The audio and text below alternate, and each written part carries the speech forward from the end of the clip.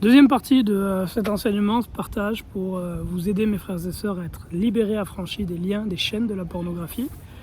Et ici, je veux rentrer concrètement dans le comment. Comment être libéré des liens, des chaînes de la pornographie, de cette addiction-là maléfique qui amène en enfer ceux qui s'y adonnent et qui ne s'en repentent pas. Je crois qu'il y a 3 dimensions dans lesquelles un enfant de Dieu doit combattre s'il veut avoir la victoire par rapport à ce péché. 3 dimensions. Je vais nommer ces 3 dimensions brièvement et on va rentrer dans le détail de chacune de ces 3 dimensions-là par la suite. Premièrement, il y a la dimension de l'opportunité. L'opportunité. À savoir que si tu n'as pas d'opportunité de regarder de la pornographie, tu peux le désirer énormément, on ne t'en verra pas. Pour regarder de la pornographie, ça prend d'avoir une opportunité de le faire. Donc ça, c'est la première dimension dont on va parler.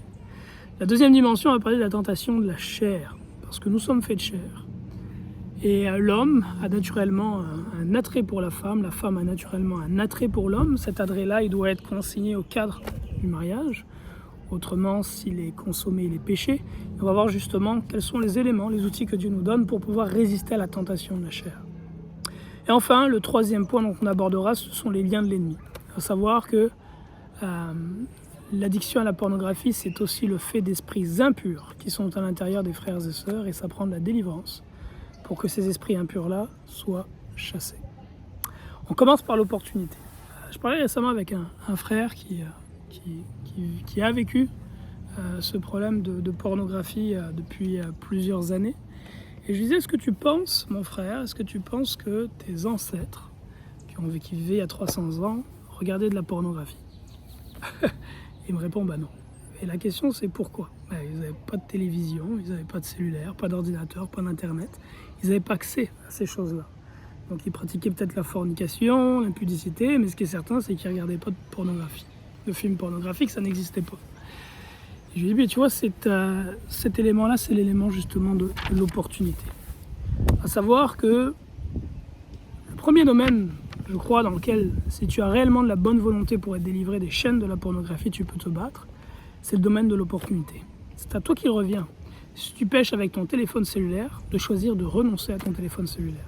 Si tu pêches avec ton ordinateur, avec Internet, de choisir de renoncer à Internet ou à ton ordinateur. Et la même chose pour la télévision. La pornographie, c'est avant tout une histoire d'opportunité. Et malheureusement, beaucoup de frères et sœurs demeurent dans les liens de la pornographie parce qu'ils refusent de renoncer à l'opportunité d'en garder. À savoir qu'ils préservent, ils gardent cet objet qui est leur téléphone cellulaire, qui est leur ordinateur ou qui est encore par exemple leur télévision, qui est pour eux la pierre d'achoppement qui leur permet de tomber dans le péché. C'est le premier élément. Tu dois, mon frère, ma sœur, renoncer aux opportunités tant aussi longtemps que tu n'es pas capable de gérer fidèlement un téléphone cellulaire, un ordinateur, tu dois y renoncer. Et pour ma part, je crois qu'une télévision est en plus une source de plein d'autres problèmes. Mais c'est un autre sujet. Ceci étant dit, par rapport à l'opportunité, c'est un sujet que Christ aborde justement quand il parle du problème de la convoitise du regard. On va le lire ensemble dans Matthieu 5, versets 27 à 30. Matthieu 5, versets 27 à 30. Matthieu, chapitre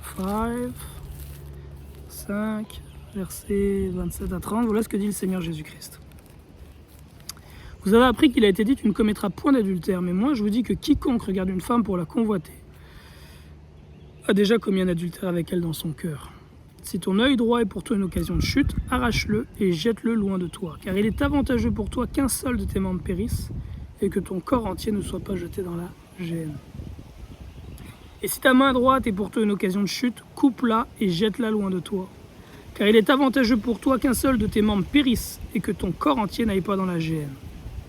Donc dans ce passage, le Seigneur Jésus-Christ, il parle de la convoitise du regard. Il dit, celui qui du regard convoite une femme, la regarde pour la convoiter dans son cœur, a déjà commis un adultère avec elle. Et là il dit, ainsi donc, si ton œil est pour toi une occasion de chute, coupe-le, arrache-le et jette-le. Il dit pareil par rapport à la main.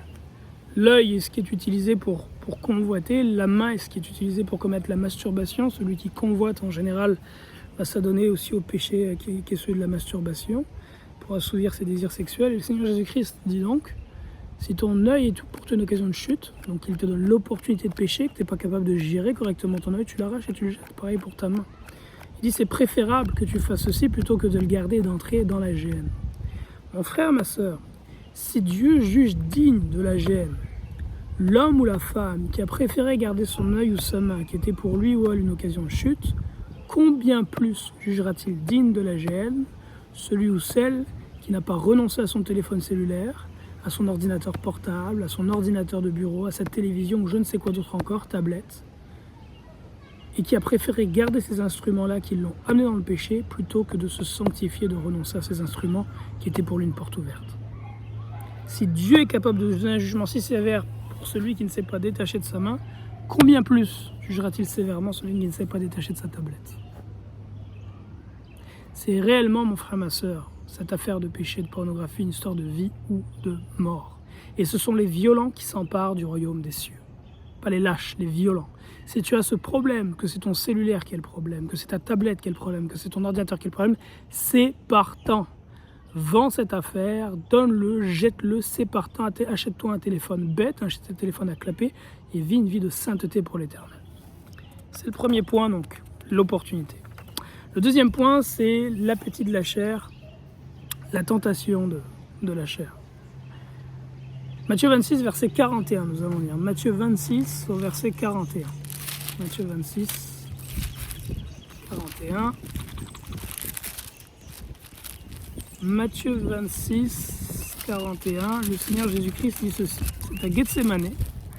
Voilà ce qu'il dit à ses disciples. Il leur dit « Veillez et priez, afin que vous ne tombiez pas dans la tentation. L'esprit est bien disposé, mais la chair est faible. » Donc il dit, afin de ne pas tomber dans la tentation, vous devez veiller. Veiller, c'est s'abstenir de dormir, mon frère, ma soeur, et prier. Veiller et prier. Le Seigneur Jésus-Christ ne s'abstenait pas totalement de dormir. Il avait des moments de repos, mais il écourtait ces moments de repos pour vaquer à la prière durant les heures de la nuit. Comme le faisait David, par exemple, sur le trône duquel il est assis. Donc le Seigneur nous dit que pour lutter contre la tentation, l'outil premier, c'est de se lever la nuit pour être en prière. C'est le premier outil pour lutter contre la tentation. De prendre certaines heures de la nuit pour prier. Si tu pries, si tu veilles et que tu pries, tu vas recevoir par la prière une force spirituelle, notamment la force de la foi et de la crainte de Dieu, qui vont te préserver des pièges de l'ennemi, te donner la force de faire ce qui est bien et d'échapper au mal. Un autre outil, en plus du fait de veiller et de prier, vient fortifier, vient décupler cette force qu'on reçoit dans la prière, c'est le jeûne. C'est le jeûne. Le jeûne vient amplifier les résultats de la prière, faire croître encore davantage la foi, l'humilité, le brisement, le renoncement aux œuvres mortes de la chair. Mais ces deux éléments-là que j'ai mentionnés, donc ces trois éléments, le fait de veiller, de prier et le jeûne, s'ils ne sont pas liés à la méditation de la parole de Dieu, ne vont pas porter des fruits qui sont immenses. Parce que la prière te donne la force de faire ce qui est bien, mais elle ne te donne pas forcément la direction. Oui, par l'esprit, tu peux recevoir certaines choses, mais l'esprit utilise une épée, et cette épée-là, c'est la parole. Or, pour qu'il utilise cette épée qu'est la parole, encore faut-il que tu la connaisses. La parole te donne la connaissance de ce qui est bien. Le jeûne et la prière vont donner la force de faire ce qui est bien. Les deux vont donc ensemble. La méditation de la parole va avec la prière. La prière te donne la force de faire ce qui est bien. La méditation de la parole te donne la connaissance de ce qui est bien, te montre le chemin. La prière te donne la force de marcher sur ce chemin-là. Et cette méditation de la parole, donc, Psaume 1 nous dit qu'elle doit être faite là encore le jour et la nuit.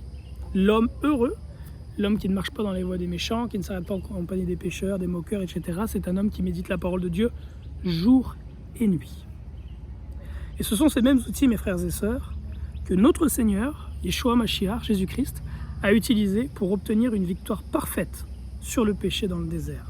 Lorsque le diable est venu pour tenter le Seigneur Jésus-Christ, il veillait, il priait, il était en jeûne. 40 jours de jeûne et de prière dans le désert. Satan lui-même est venu le tenter. Satan n'a eu aucune opportunité. Parce que notre Seigneur était fortifié par la vie de prière, de recueillement, de veille qu'il avait vécu pendant ces 40 jours, et parce qu'il était rempli de la connaissance de la parole de Dieu. Si tu es tenté de regarder de la pornographie, et que vient tout de suite à ton esprit le psaume qui dit « Au milieu de ma maison, je ne mettrai rien de mauvais devant mes yeux », et que tu as en plus la force d'obéir à ce commandement de Dieu, à cette parole qui vient à ton esprit, tu ne tomberas pas.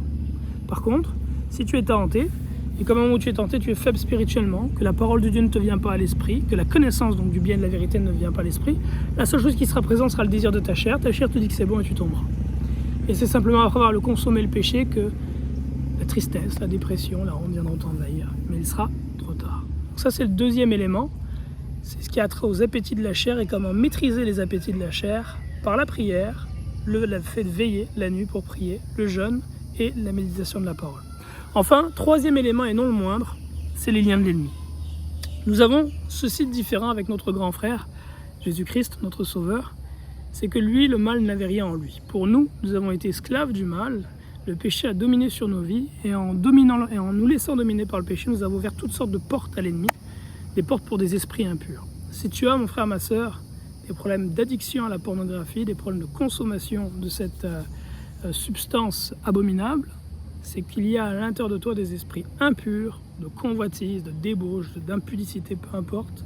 Et ces esprits-là, en fait, te poussent, t'excitent, t'amènent à tomber dans ce péché.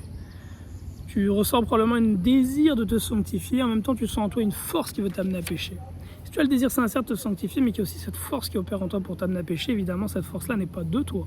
Elle est de l'ennemi qui est en toi, et cet ennemi-là, il doit être chassé au nom du Seigneur Jésus-Christ. Chassé au nom du Seigneur Jésus-Christ. Je t'encourage, mon frère, ma soeur, donc, à demander à des frères ou à des sœurs de prier pour toi, pas simplement de prier et demander à Dieu de te délivrer, mais qu'il parle avec autorité à ces esprits impurs et qu'il leur ordonne au nom de Jésus-Christ de quitter. Qu'il leur ordonne au nom de Jésus-Christ de quitter. Je ferai une prière de délivrance dans la vidéo suivante, qui sera la dernière d'ailleurs. Si tu veux prier avec des frères ou des sœurs, je t'encourage à suivre ces 3 étapes. Premièrement, confesse tes péchés devant Dieu et devant les frères et sœurs qui vont prier pour toi. Confesse-les en lumière, clairement, sans rien cacher et sans chercher à te justifier. Déclare ce que tu as fait. Si tu as regardé de la pornographie juvénile, déclare-le. Si tu as regardé de la pornographie avec des animaux, déclare-le.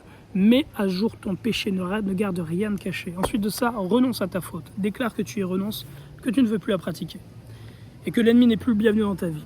Ensuite, les frères et sœurs qui sont autour de toi vont prendre autorité, s'adresser à ces esprits impurs-là et leur ordonner au nom de Jésus-Christ de Nazareth de quitter ton corps, ta vie, ton âme, afin que tu sois délivré.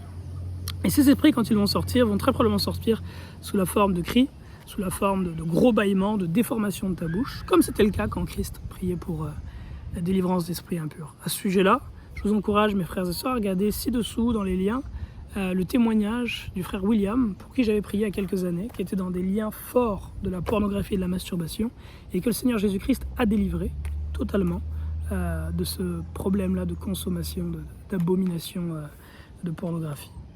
Donc le témoignage de William se trouve juste ci-dessous. Je vais aussi mettre ci-dessous un enseignement par rapport à la masturbation, qui est un enseignement que j'ai donné il y a plusieurs années, dans lequel j'explique pourquoi est-ce que la masturbation c'est un péché, une souillure, puisque souvent la masturbation est liée avec la pornographie. Enfin, tout ce que j'ai pu partager jusqu'à présent est de peu de valeur si tu n'es pas encore sauvé, mon frère, ma soeur, si tu n'es pas né de nouveau. Jésus-Christ a dit dans la parole, si un homme n'est pas né d'eau et d'esprit, il ne peut pas entrer dans le royaume des cieux. Tu dois être né d'eau et d'esprit. Jésus-Christ est mort à la croix pour nos péchés, il était enseveli, il est ressuscité au 3e jour, et il a commandé, par le biais de Pierre, dans Acte 2:38, que nous nous repentions de nos péchés, que nous soyons baptisés, immergés d'eau au nom de Jésus-Christ pour le pardon de nos péchés, sans attendre, sans délai, sans attendre une cérémonie religieuse qui est planifiée dans 2 mois. Non, au moment où tu crois, tu vas demander à un frère de te baptiser au nom du Seigneur Jésus-Christ, immergé dans l'eau pour le pardon de tes péchés. Et le 3e élément, le Seigneur a promis que nous recevions ainsi le don du Saint-Esprit. Lorsque tu recevras le don du Saint-Esprit, l'évidence de ça, c'est que tu vas te mettre à parler en d'autres langues. On le voit dans Acte 10, lorsque Pierre est en train de prêcher l'évangile à Corneille et sa maison, il est dit que Pierre et les fidèles circoncis qui étaient venus avec lui furent étonnés de ce que le don du Saint-Esprit est aussi répandu sur les païens, car ils les entendaient parler en langue et glorifier Dieu. Là-dessus, mon frère, ma soeur, que Dieu te bénisse abondamment. Et si tu souhaites recevoir de la délivrance par rapport au lien de la pornographie, tu peux me contacter si tu ne connais personne dans ton entourage pour prier pour toi. Et je serai heureux de prier pour toi avec des frères pour ta délivrance. On pourra séduire un moment pour le faire par la grâce de Dieu, si le Seigneur permet, en visioconférence. Si tu as des frères ou sœurs autour de toi qui sont aptes à le faire, je t'encourage à leur demander de prier pour toi. Et enfin, dans la vidéo suivante, je vais prendre le temps d'aborder ces esprits impurs-là et de prier maintenant pour toi de prendre autorité. Regarde cette vidéo avec foi. Je vais prendre autorité sur les esprits impurs et tu seras délivré au nom du Seigneur Jésus-Christ. Bye.